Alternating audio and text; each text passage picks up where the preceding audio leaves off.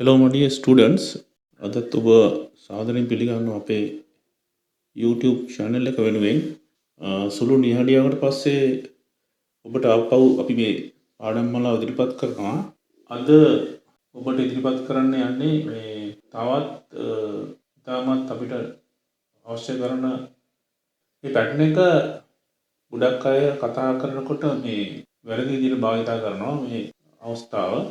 අපි බලමු මේක කොහොමද එකේ අවස්ථා දෙකක් තියෙනවා. වර්තමාන අපි මේ කාලේ භාවිතා වන අවස්ථාවක් සහ අතීත අවස්ථාවක්. දැන් අපි උදාහරණයක් ගත්තොත් දැන් අපි කියනවා කොච්චර හොඳද මට chance එකක් තියෙනවා නම් රට යන්න. කොච්චර හොඳද මට වාහනයක් බයික් එකක් තියෙනවා නම්.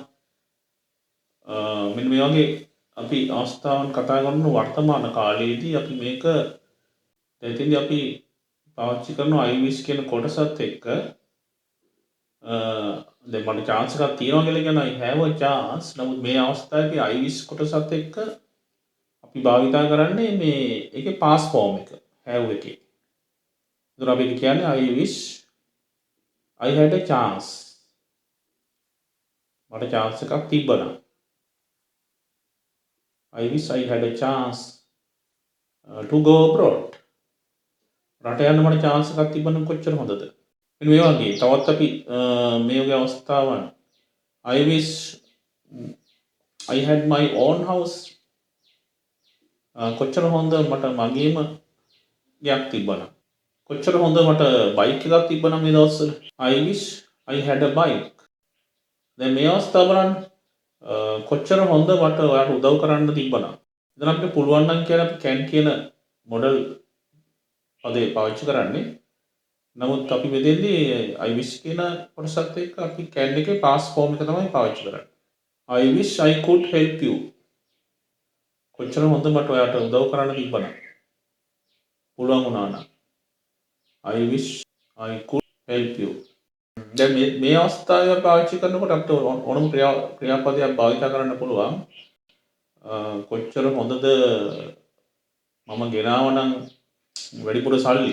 I wish I brought more money. එතන බලන්න bring කියන ක්‍රියාපදයේ past form එක තමයි කියන්නේ I wish කියන කොටසත් එක්ක. I wish I brought more money. ඊළඟ අපිට කියන්න පුළුවන් අනාගත අවස්ථාවක් කියන්න පුළුවන් මෙතන. කොච්චර හොඳද මට ඔයා හමු වෙනවනම්. I wish I would meet you. එතන බලන්න මේ will එකේ future form පදේ model පදය එතන will එකේ past form එක තමයි would එකේ. එතන අපි I wish කියන phrase එකත් එක්ක will එකේ past form එක තමයි භාවිත කරන්නේ would. I wish I would meet you. කොච්චර හොඳ මට ඔයා හමු වෙන්න තියෙනවනම්. කොච්චර හොඳද මං එතන හිටියනම්. I wish I were there. අන්න බලන්න එතන I wish I was කියන්නේ නෑ සාමාන්‍යයෙන් නිවැරදි ක්‍රමයට.